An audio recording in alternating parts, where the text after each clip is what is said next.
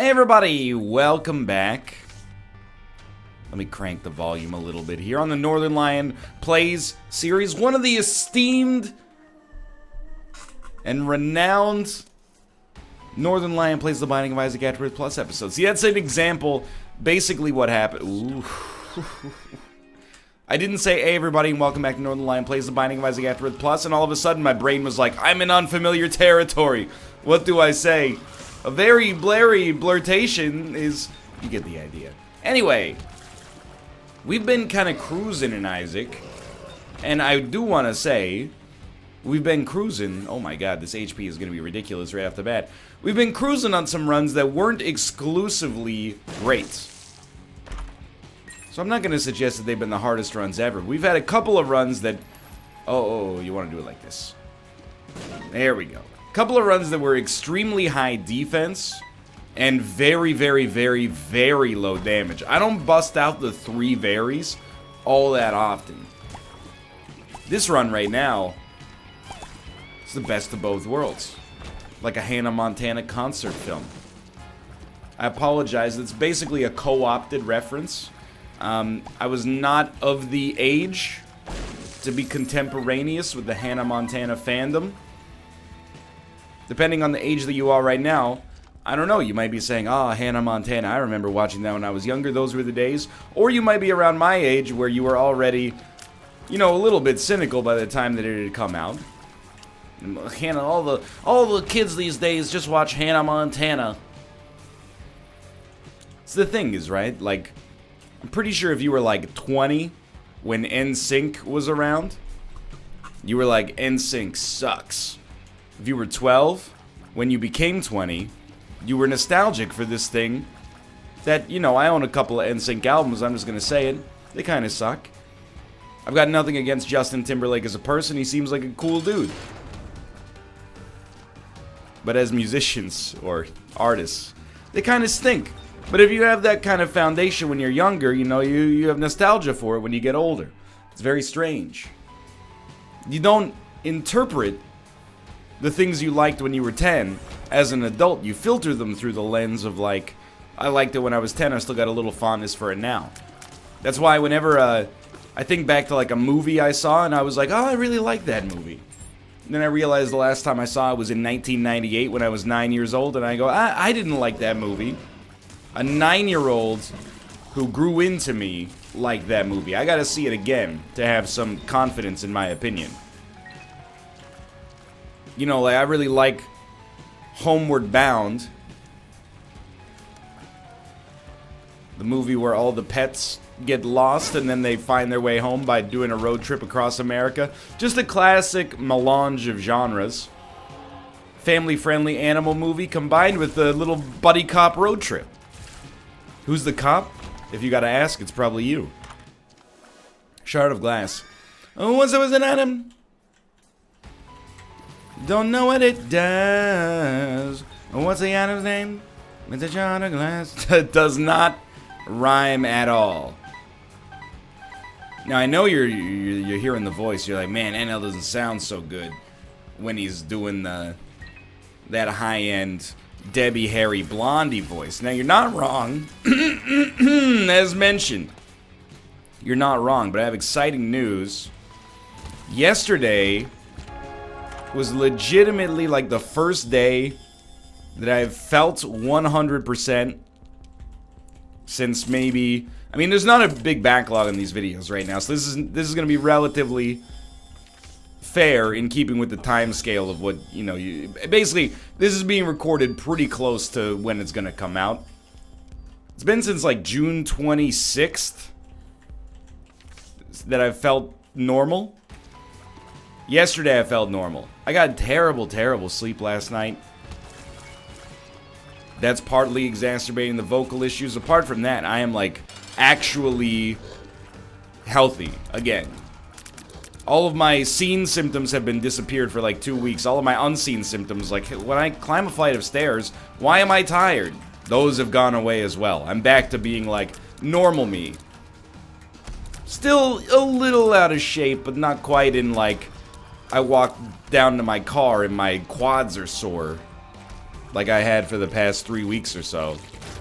Okay, okay. We might as well take it. It's unlikely to be like a 5-deal deal with the devil. Turns out we should not have taken it, but we're lucky to be in a situation where it does not matter at all, because we're just dominating. Like, we got so many good items in the shop. Restock, stopwatch, mom's key, sack of sacks. All from one shop, because they were half price. So this is like, it's absurd. So the end of sick anecdotes in Isaac is fast approaching. Now that, ooh, just one more guppy item. That's all I ask. Alright, fair enough. You know, you can't always get what you want. It's an important lesson to learn. Okay, I placed a bomb there accidentally. That was just a complete clown fiesta. You know, now that I've finished this cold, or mono, or whatever the heck it was, I gotta go, you know, rank it. I have to say that this is probably the worst whatever it was. Like, I had either Norwalk or perhaps food poisoning, I'll admit, one point in my life. It was really bad, but it was really bad for like 5 or 6 days. You know, lots of bleh and lots of But after 5 or 6 days, I was like, oh, I'm gonna go to class. This was like a month. And a week of it sucked really bad. Dude, I'm gonna stick with Tammy's head. A week of it sucked really bad. And then like 2.5 weeks of it were not horrible, but were still just like almost, I don't want to say worse, but it was like a low-level quality of life nerf. And the worst part was like day to day, your symptoms would make almost no improvement. They would improve by like 1%. And then you'd be like, well, it used to, normally with a cold, every day I wake up, I'm like, I wonder if this is the last day of the cold. This time I was like, I wonder if by this time next week, I will be over whatever the heck this is. Viruses are not playing around these days. But anyway, moving on. I will use a bomb there. This run is just, there's nothing that needs to be said. You guys have like, phrases that if you hear them, they're inextricably, is that how that word works? Tied to a song. Like, I think if somebody says, is this the real life? Everybody else in their head is going like, is this just fantasy? Or, you know, this sentence doesn't come up all that much in real life, but if someone was like, oh, I was driving on a long desert highway, you know what comes next. Thunderstruck! That's me with, but there's nothing more needs to be said. You guys like Who's Next? The Who's best album ever from 1972? Just banging on my old piano, getting in tune to the straight and narrow. Anyway, not one of the more well-known Who songs, but you know, if you ever get the chance to check out this little-known band from Brighton, England, really recommend it. I think they do good work. Honestly, I think if they can keep their heads screwed on straight, they got a long career ahead of them at rock and roll. Dude, Tammy's head, car battery, Death's Touch is an absolutely dominant start to this run. Like, I wouldn't say I feel bad, because again, at this point, I'm willing to take what I can get. And she looked at me with those big brown eyes. Said, you ain't seen nothing yet. Maybe every song is actually tied to, or every phrase in the English language is actually tied to a song at this point. Well, just do a very simple heuristic, right? What are they coming out with faster? Words or songs? Definitely songs. I don't know, they add like 6 words a year to the dictionary. And it's always stuff like yeet. Or, I don't know, sketchy. Sketchy, I think, was one of the... I was of the generation that helped to get sketchy in the dictionary. You know, I like the phrase, or the word sketchy. Because another word existed to describe what sketchy is, and the word is suspicious. But if you say, I don't know, guys, this situation seems pretty suspicious, people go, are you from the 1920s? Are you one of the Hardy Boys? But if you go, I don't know about this guy, he seems sketchy.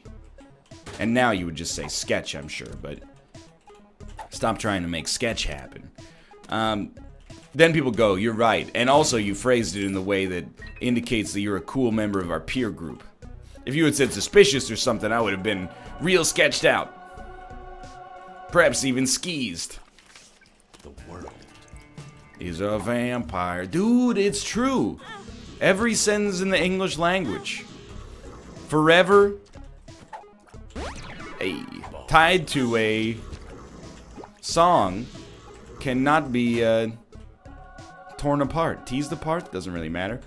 Dude, this is out of control, the stats that we're getting. Okay, oh my god, we re-rolled the bean into black bean.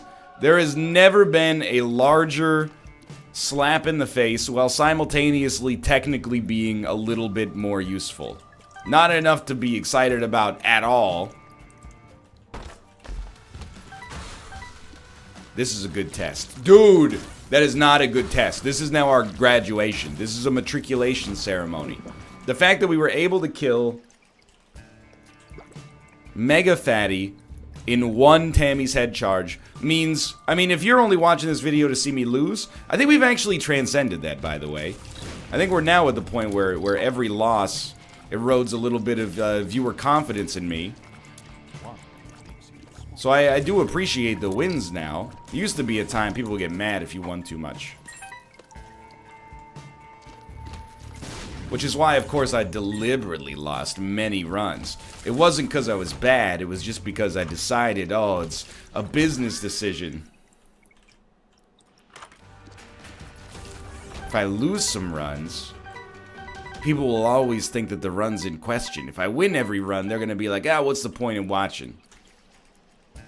Got it all figured out. Now I can finally take the restrictor plates off and get a 1,000 streak. Prepare yourself. The new era of Isaac Ascendance. Oh, why would you run into that just to keep the people guessing? Just to keep them on their toes. You wouldn't understand. It's a YouTube thing. I'm an entrepreneur, Mom. I saw a post about YouTube. It was tweeted by a fellow Vancouver YouTuber and Twitch streamer. Video games awesome, far from subtle. It said in Japan, the third most, well, how do I phrase this? It's not a sentence you say too much. The third career kids most wanted to be when they grew up was YouTuber. So it was like, I don't know, probably like Iron Man, Captain America, YouTuber. The #1 profession parents did not want their kids to be, YouTuber. It's a very interesting study for me because I agree 100%. It doesn't have that much anymore. I think we've kind of exited, well, maybe not exited, we've hit like a mature spot in the industry where it's not just like permanently on the ascendancy for everyone like it used to be. You know, it used to be like, what should I do if I want to make a big YouTube channel? Just start. You can't stop. It guaranteed you'll be at, 100,000 subscribers by this time next year. We're in kind of a different era where like content creators are becoming a little bit more jaded with it, and I think there's something to be said about that. But the thing is, being a YouTuber is pretty cool, but the odds of success are very, very low. There's the barrier to entry, and I've been saying this for years, to do this job is literally like you might need to upgrade your computer, and then there's just like a bevy of free software, and then you have to be able to talk. Like for under $1,000, you could essentially be like, I'm an amateur person doing this. Easily. You might already have all the tools at your disposal already. Depending on how good, your microphone, your video card, your processor, etc. are. I always tell people, I've told people this whenever they've asked me for years, If somebody says, I want to be a YouTuber, what should I do? I can give them my unique insight, you know. You try to find a niche that people like, and if you hit one of those niches, just, you know, drill baby drill and keep a consistent schedule and try to treat your fan base with a mutual level of respect, but don't let them gaslight you into thinking that you're stupider than you actually are, and etc., etc.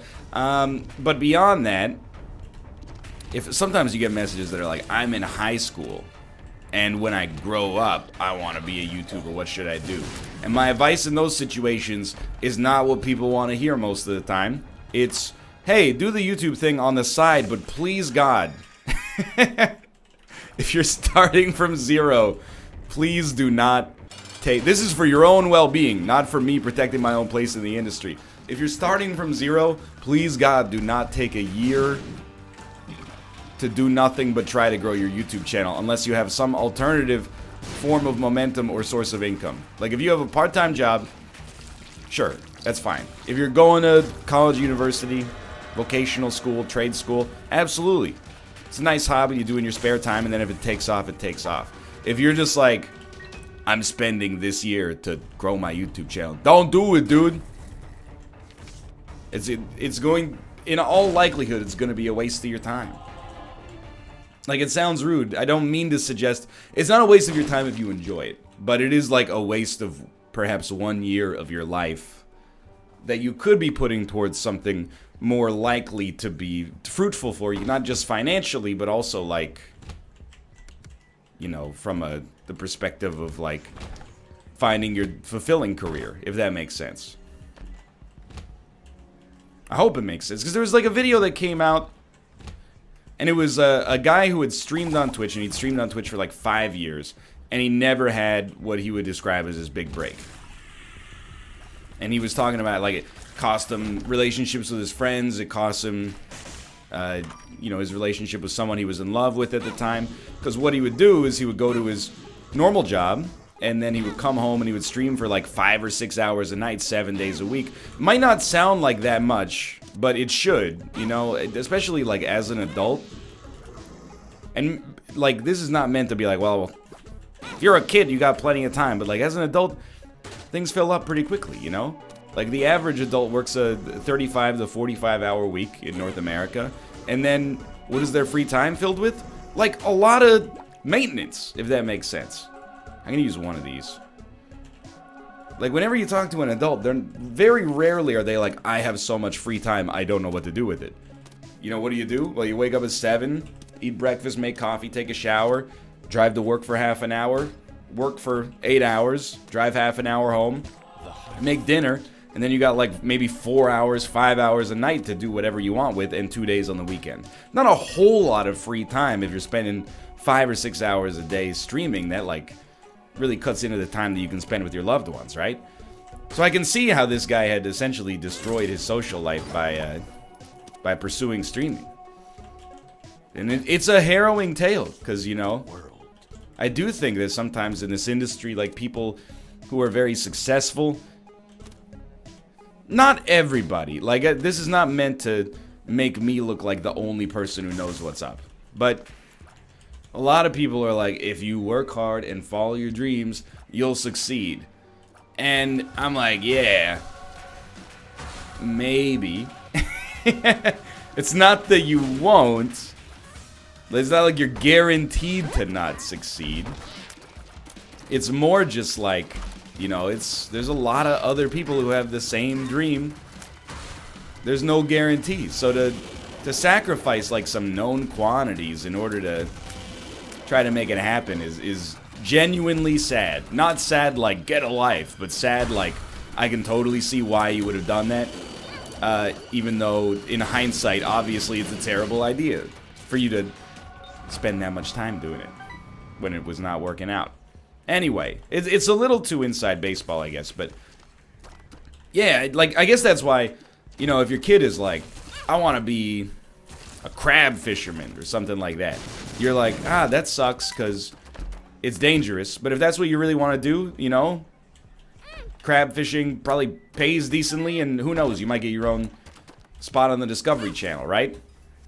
But with YouTuber, it's like, if your kid wants to be a YouTuber, there's like a 99% chance they're not gonna make it. Like 99.5 probably. And then there's like a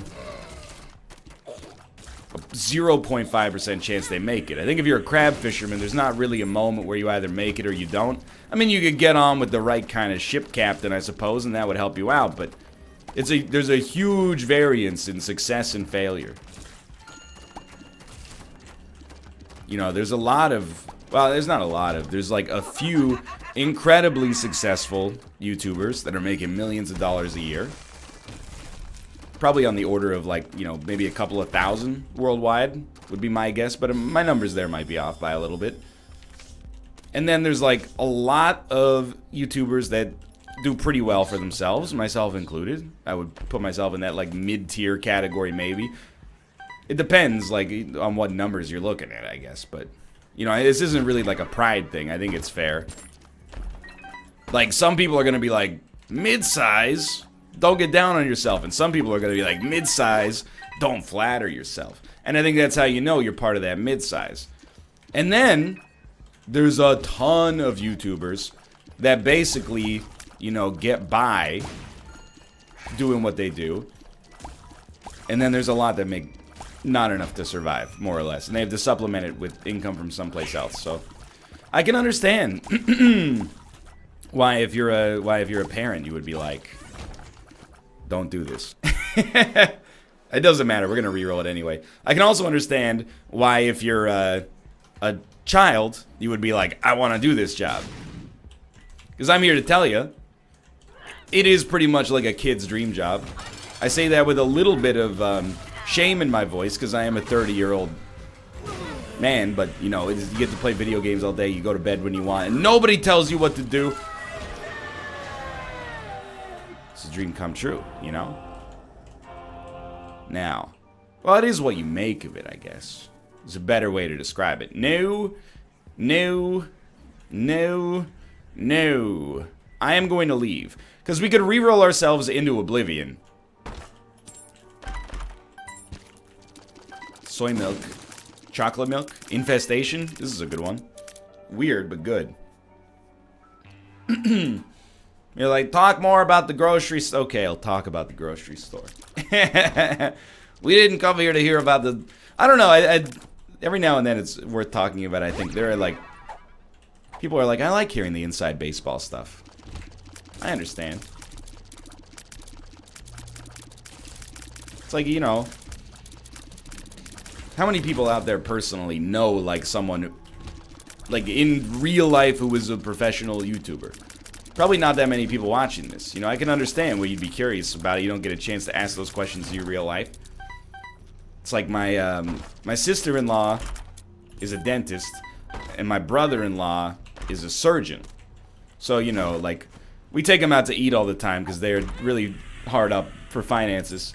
I'll ask them all sorts of questions that I'm sure that they just think is, like, ignorant. I'd be like, you ever see someone at the dentist with, like, really messed up teeth? And she's like, yeah, like, every day. And I'm like, whoa! That's crazy! I'd be like, hey, you ever, like, pull a bullet out of some guy's head? He's like, yeah, you know, like, maybe a few times a year. And I'm like, man, that's amazing! It's like, you literally, it's like, hey, you ever do your job? Yeah. That's cool. That's how it goes, I guess. And, like, I'm genuinely curious in what, like, everybody on Earth does for a living. Like, if I had a friend that was, like, I have a one question for, like, every job. If I had a friend who was an electrician, I'd be like, you ever see someone shock themselves and die or get real injured on the job? Like in those YouTube prank videos where it's, like, a father and a son fixing like a fuse box, and then the dad just starts shaking and going, ugh, and then the son thinks that his dad's dead. And then the dad goes, gotcha. And then the son never trusts him ever again. And he's like, yeah. All the time. Probably. There's something wrong with me. You're a plumber? I'd be like, man. You ever go to somebody's bathroom and it's just like covered in poop? Yeah. That's why they call me. Sick. I'm genuinely enthusiastic about everybody else's my own included, to some extent.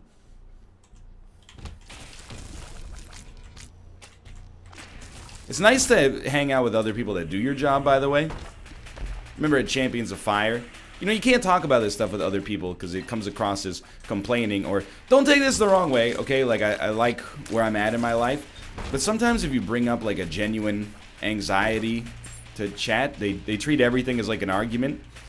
I think it's maybe part of the fan base that I've cultivated, because on the NLSS we're argumentative with one another for humor's sake. But, you know, sometimes I'll be like, I had a sandwich for lunch today. You'll be, a sandwich? Why not a wrap? Aren't you worried about the amount of carbohydrates in the bread? Why didn't you have the sandwich ingredients but place them in a salad? Did you toast the bread? You didn't toast the bread. Toasted bread is... And sometimes I'm just like, I just want to tell you about the sandwich, okay? So to be able to talk with other YouTubers, you know, is nice. Like, we were at Champions of Fire and just be like, hey, you know, you ever have that anxiety where, like, when you have a down month, you worry that it's going to last forever, and then, like, people have just stopped paying attention to you and you're losing relevancy, and... You know, the whole YouTube thing's going up in smoke, and they're like, oh yeah, like once or twice a year. And I'm like, sick. Loser? I haven't felt that ever. just a dip in the roller coaster, baby.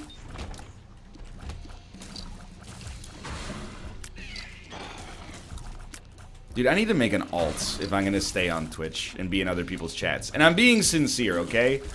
Like, I think you should be able to complain without it being like a condemnation of where you're at in your life, okay? So like I like what I do. I have an intelligent fan base. Sometimes I think, and this is a lot of the community is a reflection of the streamer. So I think sometimes it could be a little bit illogical extreme, but you know, Corey, twitch.tv/FlackBlag, he's a real genuine friend of mine in real life. I like to go to his streams because I, you know, enjoy his company. It's nice to be able to chat with him. And, you know, to be in the peanut gallery while somebody else is streaming. The problem is, if I ever chat, and again, basically what I'm about to do is complain about being successful, but it'll be like, you know, even 3 or 4 people in chat that will be like, hey, Egg, you suck at Darkest Dungeon. And then I just type cool, and then they're like, rip, I didn't mean to make you feel bad, I just wanted you to acknowledge my existence. And I'm like, well, it's a very parasitic relationship we have going on here, my friend. Guppy, please, Guppy, let's go. You didn't mean to make me feel bad. Oh, dude, we have host tat too.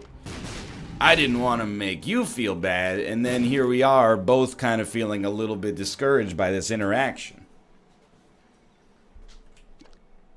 But I am a hypocrite, I will admit, because, like, I want to make an alt so I can be anonymous in Twitch chat, but I also enjoy the privilege that comes with being, you know, a known quantity, because it means whenever I say something, people notice it. Not in the real world, I'm invisible, but on the internet, I'm a big deal. So you gotta take the good with the bad, I suppose. What is this? This damage is insane. It's not hard to be, like, you know, it's not like I struggle with, like, go to sleep like, oh, I can't believe it. Somebody that likes my content jokingly told me I suck at Darkest Dungeon in a Twitch chat. Rah, rah, rah, rah. I'm illuminating some of the concerns about being, you know, doing what I do. Like, another thing that comes up all the time, because we're getting close to the end of the video, it's too late to pivot as much as it would probably be a good idea. Like in that Mother Gunship Twitch stream, I told a story about how, like, one time I was at my dad's office after hours, and one of his colleagues saw that I was bald and thought that I had come there to murder him. And then one of the most upvoted comments on the VOD is a dude, and, you know, you're probably watching this video too, so I'm gonna take the opportunity to just publicly disagree with you at the very least. It was like, you need to get your dad's colleague professional help before he hurts somebody. He's a paranoid, delusional, schizophrenic, and blah blah. And I'm like, no, he's actually not. Like, I've known him for 28 years. He's got his head screwed on straight. It was mostly he got startled and then he told the joke, but because that context perhaps was not conveyed 100%, now there's 50 people out there that are like, this guy's crazy. So things just get taken out of every little anecdote is analyzed to death in order to... It's like, I don't want to share any details about my personal life on YouTube anymore. I feel bad for vloggers, man. Like, if I'm like, oh, my cat threw up last night. They're like, you really need to take your cat to the vet. It's animal abuse to have them not get medically treated after they throw up. So, and I'm like, it's a hairball, dude. Threw up an enormous clump of the other cat's hair. Just chill out. Why do you assume that everybody else on the internet is an idiot and you're the only person with your head screwed on straight? I've owned cats for all but 3 or 4 years of my entire existence on planet Earth. And, 8 of them did die from vomit poisoning. I forgot to mention that, but still, 8 out of 10 ain't bad. Just the minor, and I'm being sincere, just minor frustrations of internet comment etiquette, man.